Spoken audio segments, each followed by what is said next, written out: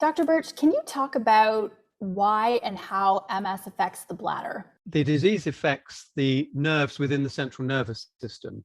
The problem is it can affect anywhere within the central nervous system, not just one place. You get various effects on the bladder as a result. There's a very wide and diverse range of urinary symptoms that people can get. I personally remember having urgency and even accidents, but I also had bruising from pressing on the area above my pelvis, trying to encourage some flow.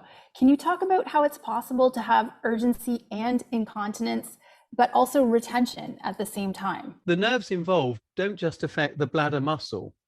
They also affect the valves at the bottom of it, if you like, that keep you dry. The range of effects that you can have on the bladder in MS goes from people whose bladders won't empty at all to those whose bladders keep trying to empty all the time, depending upon what parts of the central nervous system, if you like, are actually affected by the MS.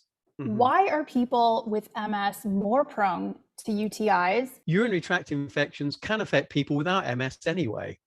And that type of ordinary, if you like, urinary tract infection isn't something that people with MS are exempt from. They can still get that anyway, in addition to the problems that MS can cause. So those are the sort of UTIs that are perhaps more common in women, more common after the menopause, for example. Now, the MS can cause problems on top of that, creating situations so that you can't empty the bladder properly. Whenever any of us have a relapse, one of the first things that's done is a urine test to see if there is a UTI. That is how much urinary tract infection can have an impact on MS symptoms. So it's very important to prevent these infections. Can you share some tips on what we can do to prevent UTIs, particularly if MS makes us more prone to them? The main ones are actually those that apply to any women, to be honest. Drink adequately, shower rather than having baths. Having probiotics in your diet may be helpful. These are drinking yogurts, often with good bacteria in them, things like that. For people who are sexually active, particularly women who are sexually active,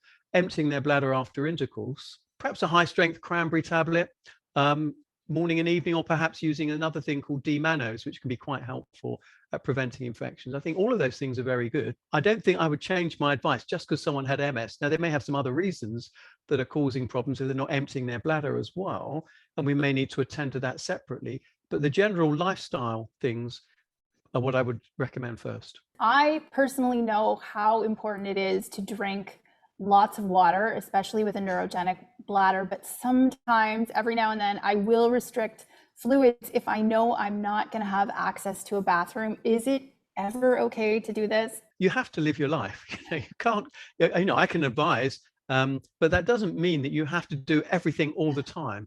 Dr. Birch, if MS is causing problems with a bladder, how likely is it that patients will also experience similar below the belt issues with their bowel or with sexual dysfunction? I think it's very common because the nerves that affect bowel and bladder function and sexual function are all very closely related in the spinal cord. So wouldn't be too surprising if they were all affected at similar times, shall we say, to varying extents. And then because people are embarrassed about it, they don't talk about it. And because you don't talk about it, nothing happens. You get frustrated, and it just all goes bad, basically.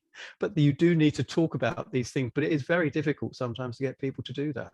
Who on the MS team can patients go to with these types of issues? You should be able to approach your urologist. I mean, certainly if your urologist will help with both bladder and sexual dysfunction. They may not be experts on bowel management, but there will be a separate team within the hospital who are well versed with that. It doesn't have to be with the urologist, however. It can be with the specialist nurse who are trained to do that. It's just a question of which person do they feel most comfortable exploring these issues with. Sometimes it's with another man, sometimes it's with a woman.